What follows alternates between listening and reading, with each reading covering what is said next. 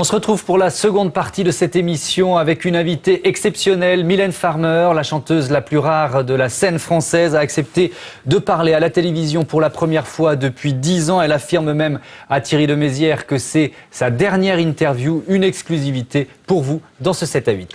Mylène Farmer, c'est d'abord l'une des 5 artistes françaises qui a vendu le plus d'albums depuis 20 ans. Plus d'1 million d'exemplaires à chaque fois qu'elle sort un opus. Elle est la seule femme à jouer dans la cour des grands, aux côtés de Johnny Hallyday, Michel Sardou ou bien encore Jean-Jacques Goldman.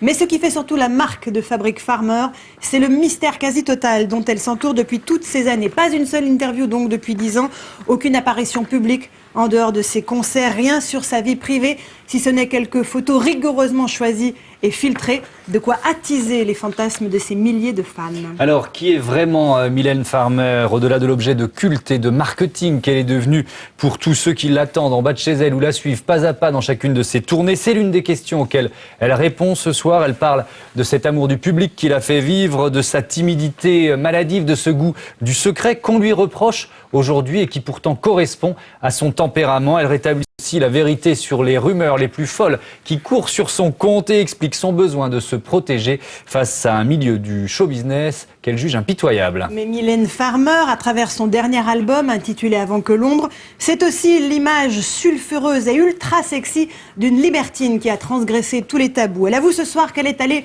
au bout de tous ses fantasmes et qu'elle ne s'interdit rien en matière de liberté sexuelle. Elle parle aussi de ses doutes, de ses souffrances et de ses plaies qui ne cicatrisent pas. Un événement donc dans 7 à 8, les confessions de Mylène Farmer à 5 jours du début de ses 13 concerts à Bercy qui se joueront à guichet fermé. À l'abri du mystère, c'est le portrait de la semaine de Thierry de Mézières, d'Almont Torlet et de Didier Debac. J'ai le sentiment que ce sera mon dernier interview. Ce métier a été ma survie, sinon je n'avais aucun sens à ma vie. Je me suis toujours dit que je ne serais jamais dirigée par mes propres peurs. Je sais le risque du silence. La chose que j'ai le plus réclamée, c'est ma liberté. Je crois que je ne fais partie d'aucune famille. Je fais partie de ces personnes qui sont effectivement un petit peu obsédées par la mort. L'idée, je crois que pour faire ce métier, il faut avoir les reins solides. Parce qu'il y a des ennemis mortels. Elle aime les anges, mais elle a la beauté du diable. Depuis 20 ans, elle déchaîne l'amour de ses fans, chavire leur cœur et nourrit leurs fantasmes. Elle a l'aura d'une diva, le statut d'une icône et son silence fait d'elle une légende. Mylène Farmer est si rare que ses paroles sont précieuses. Elle n'aime pas dire tout haut ce qu'elle chante tout bas. Écoutons-la, c'est peut-être la dernière fois qu'elle parle. 10 ans sans qu'on vous ait entendu, aucune interview. 6 années sans qu'on vous entende chanter. 6 années sans vous voir sur la scène. Vous aimez l'absence? C'est une nécessité. C'est par timidité, croyez-moi. Vous avez presque une timidité intimidante. C'est ce qu'on m'a dit souvent et je sais que de déranger me dérange profondément également, donc j'avoue que c'est un exercice extrêmement difficile. Votre timidité n'est pas la seule explication. Pourquoi vous vous cachez si longtemps avant de réapparaître? Je ne sais pas si c'est pas ma seule explication. En tout cas, je sais que j'ai du mal Je crois que c'est au-delà de ça même que de parler de moi. C'est quelque chose qui m'est presque insurmontable. Je vous dois 1 semaine et demie d'insomnie et un presque ulcère. Excusez-moi. Je vous en prie. À ce point-là? Oui, réellement. Oui. Est-ce que c'est parce que je ne me sens pas suffisamment ni intéressante, ni importante, ni assez nombriliste? Probablement. Ce qui ne m'empêche pas de monter sur scène.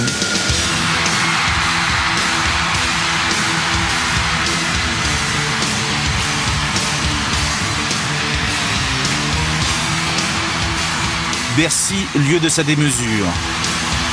Elle y répète son prochain spectacle en secret, comme d'habitude. Vous allez commencer un vendredi 13. Sur 13 dates, il y aura 13 000 personnes chaque soir à Bercy. Vous aimez le 13? J'aime le 13. Je n'ai pas de superstition. Les places sont vendues depuis presque 1 an. Ils attendent tous comme des fous. Paraît-il que ça va être énorme, intransportable. Vous pouvez nous en dire quelque chose? Ou là aussi c'est le secret de ce spectacle? Écoutez, je vais garder ce goût du secret. Vous dire aussi que je regrette de ne pouvoir aller en province, mais que ce spectacle est réellement intransportable. Donc j'ai demandé au public de venir à moi, ce qui peut paraître un manque d'humilité, mais c'est vraiment pour, j'allais dire, pour j'espère la grandeur de ce spectacle et son côté exceptionnel, extraordinaire. On sait que c'est une grande croix, on le sait ça, et qu'il y a un rideau d'eau. Également, oui, ce sont les fuites sur Internet, c'est ça. Ouais. Et pour apparaître si peu et si rarement, est-ce que pendant ces années où vous disparaissez, le public vous manque Oui, on a toujours peut-être moi particulièrement, parce que je crois que profondément rien n'est acquis. On a toujours peur de l'abandon. Je pense que le sentiment d'abandon est quelque chose qui me hante. Vous pourriez dire, comme Barbara, ma plus belle histoire d'amour, c'est vous, au public? Oh, je le dis, oui, oui, c'est ma confession. Mais à force de se taire durant des années entières, Mylène Farmer a peut-être pris le risque de déplaire, comme si son silence finissait par lui nuire, provoquant le dépit chez certains fans et alimentant la rumeur. On dit beaucoup de choses sur moi, on dit beaucoup de choses totalement erronées, on invente, j'imagine, ma vie, on invente mes émotions. Maintenant, je suis consciente, je sais le risque du silence. Il y a certainement des personnes qui m'en veulent parce que ce silence, qui pensent que c'est de nature hautaine, alors que ce n'est que discrétion de ma part, que j'ai beaucoup de mal à me raconter. Certains se demandent si c'est pas aussi une stratégie de communication. Comme Garbeau se taisait, plus on se tait, plus on attise le mystère, et plus il y a de mystère, et plus on invente, et plus on invente, et plus on veut savoir. Ce qui provoque cette espèce de dévotion. Ça, je ne sais pas. Je suis consciente, une fois de plus, de la nature de ce mystère. Est-ce que ça peut engendrer? Maintenant, est-ce que c'est une stratégie? Je vais vous dire non, bien sûr que non. C'est ma nature profonde. Je ne fais pas partie de ce système, en ce sens que c'est vrai que je fais très très peu de télé, je ne fais quasiment pas d'interview, mais une fois de plus, j'en reviens à ma nature profonde. Et quand on ne fait pas partie d'un système, le système veut vous détruire. Et puis j'ai la chance d'avoir eu pendant 20 ans des personnes qui m'ont suivi et qui vous sont fidèles, mais fidèles presque au sens religieux du terme.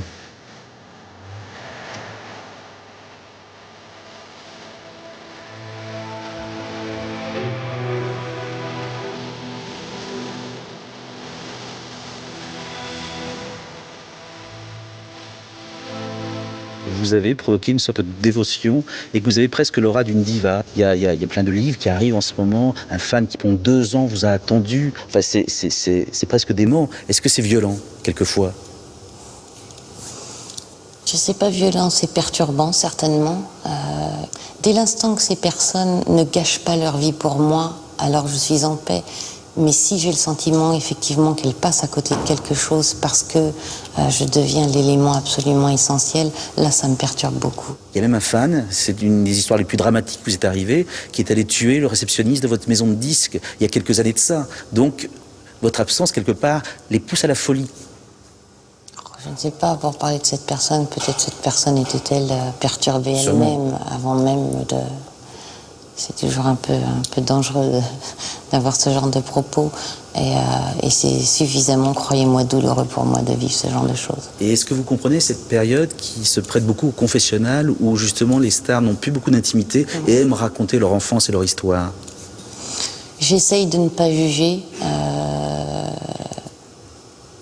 Mais c'est vrai que je trouve un petit peu dommage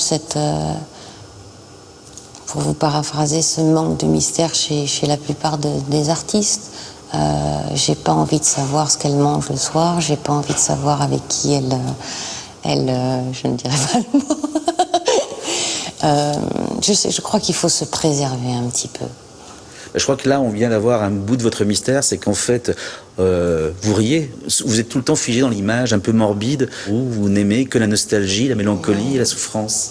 Non, ça fait partie de moi aussi, ça fait partie de bon nombre d'entre nous. Je dis, on peut être fait de désespérance, de joie, enfin autant de choses qui se bousculent et se contredisent. Voilà, je fais partie de ces personnes qui sont effectivement un petit peu obsédées par la mort, l'idée de mort. Tout simplement, le fait d'être mortel est quelque chose d'insupportable.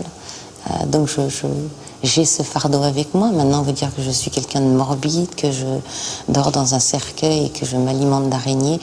Non. Non. Non. J'aime les fraises tagada. Est-ce qu'il est vrai quand même que votre grand-mère petite vous emmenait visiter les cimetières? Ça, c'est en tout cas un des rares souvenirs que j'ai. Mais ce sont des lieux qui ne sont pas pour moi, morbides du tout. Un cimetière, c'est pour moi un lieu de paix, un lieu de repos. J'arrive tout à fait à me recentrer dans un cimetière. Maman, pourquoi je suis comme un garçon? Qu'est-ce qu'il faut choisir?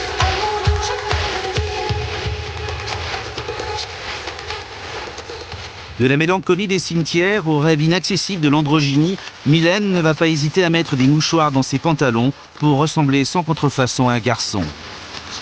C'est véridique, j'avais une personne qui me disait fréquemment quand j'étais plus petite que Mylène était très jolie pour un garçon. Parce qu'en fait j'avais une voix assez grave que j'ai un peu forcé de muer avec le temps.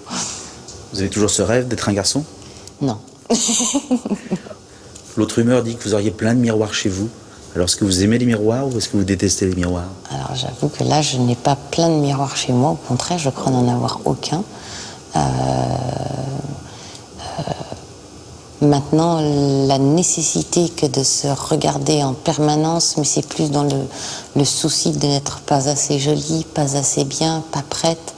Je crois que c'est plus de la nature d'une angoisse que d'un narcissisme profond. Donc, vous pourriez dire que le miroir est votre pire ennemi?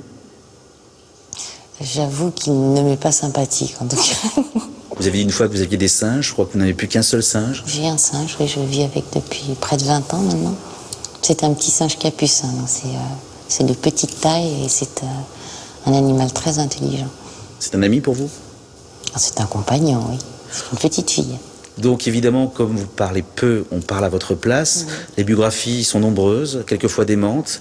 Je vais prendre la plus démente. C'est une biographie où on raconte qu'un putois, petite, vous aurait uriné dessus, que vous en auriez eu un grand traumatisme et que pour vous laver de cet affront, votre mère vous aurait mis dans un bain de tomates. Confirmé? Écoutez, moi, on m'a absolument infirmé cette histoire, donc voilà, je pense que c'était une très jolie histoire, un peu dramatique, un peu sulfureuse, mais ça n'est pas la réalité, non. Vous en souffrez de tout ça? Ou vous vous dites c'est le prix que je dois payer puisque je me tais?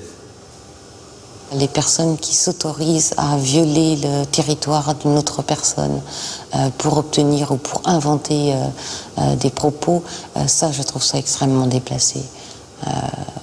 Je crois que pour faire ce métier, il faut avoir les reins solides. Parce qu'il y a des ennemis mortels. On sait qu'il n'y a pas de grand talent sans grande fêlure. On a deviné chez vous qu'il y avait une fêlure.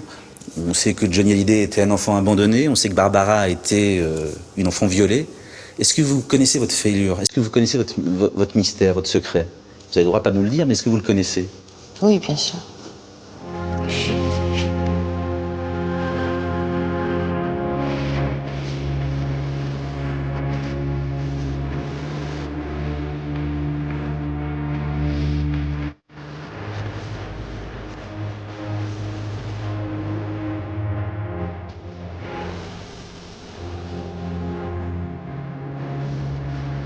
Si on devait se servir comme seule biographie officielle vos textes de chansons, vous dites « J'ai peur de l'heure qui me ramène à des songes emportés, à des mondes oubliés, à des nuits de veille, des mémoires inachevées. » On a l'impression que, bon, l'ombre c'est la mort, qu'avant de mourir, vous avez peur que des cauchemars reviennent, que des souvenirs terribles reviennent. Écoutez, j'essaye de plus en plus, et j'avoue que ce n'est pas facile d'extraire de ma vie et à jamais du ressentiment. Maintenant, vous dire qu'on a des fardeaux à traîner, bien évidemment, que des plaies ouvertes ont du mal à cicatriser, oui. Maintenant, vous racontez la nature de mes plaies. Parfois, elles sont précises à mon esprit, parfois, elles sont très troubles, je n'en sais rien. Je crois que c'est aussi le fait de n'avoir que très très peu de souvenirs de mon enfance. Et j'avoue que c'est troublant pour moi-même. Et n'ayant pas fait appel à l'analyse. C'est-à-dire qu'à partir de 12 ans, avant 12 ans, vous ne vous souvenez presque de rien? Non, de rien, mais même après. Vous pensez qu'un jour vos souvenirs vont revenir? Un jour vous allez récupérer votre passé, votre histoire? Non, non, certainement pas. Je pense que ce sont des pages effacées et puis une fois de plus, peut-être que je n'en ai pas réellement la nécessité que de savoir le pourquoi du comment. Laissons ça dans l'obscurité.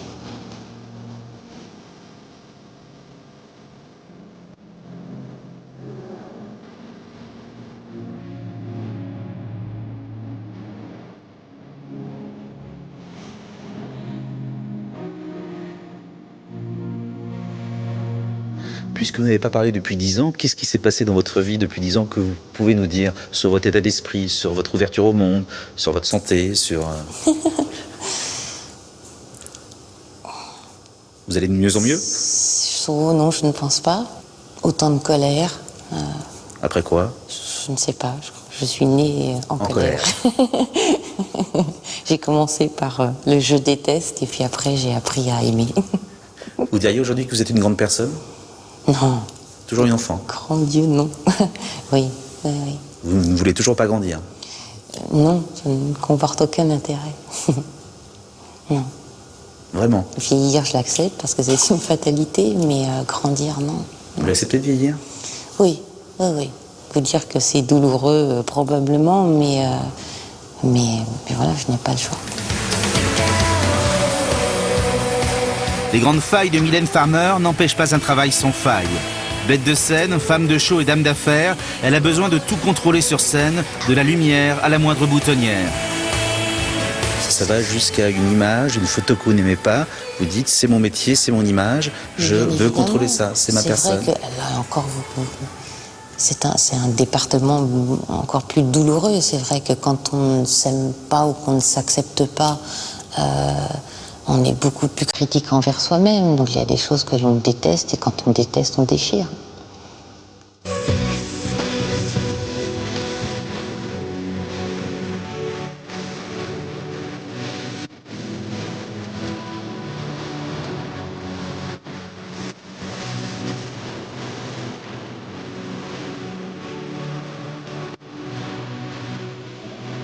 Vous préférez le mot sexe ou le mot désir ou plaisir?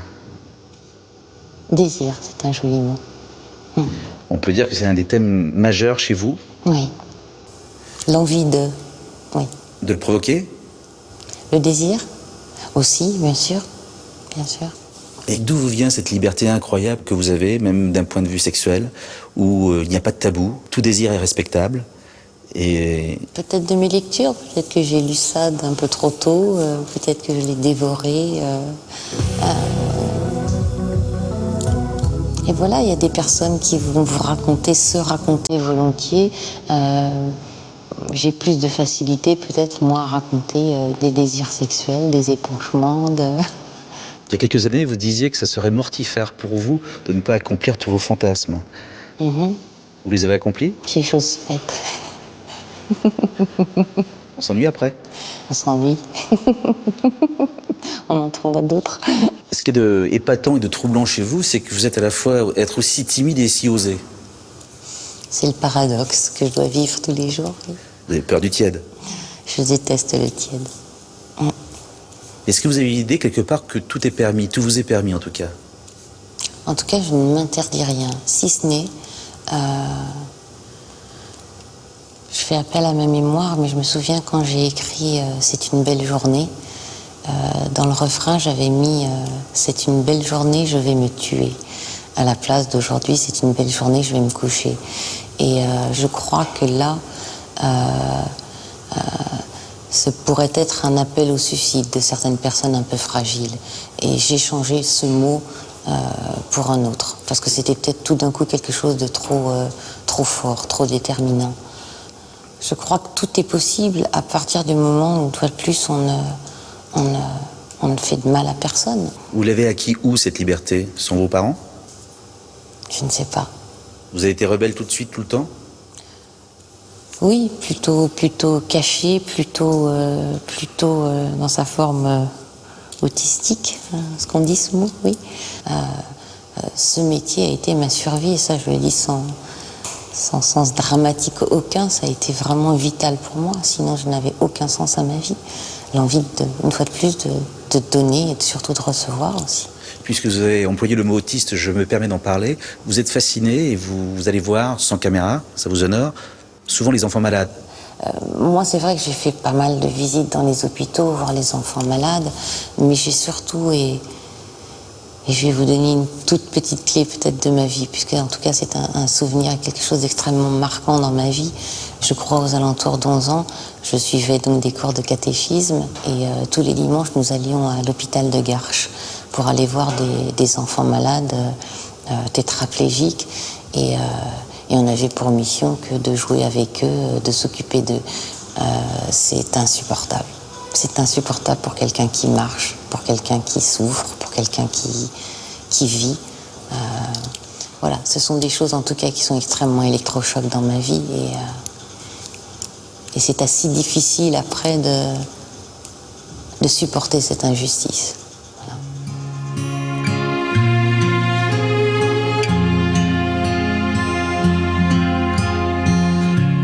Ce monde si tourmenté, fait de souvenirs effacés, de crucifix, de barésilles et d'anges gardiens, fascine, car elle ne cesse de chanter son mystère, sans jamais dire son secret.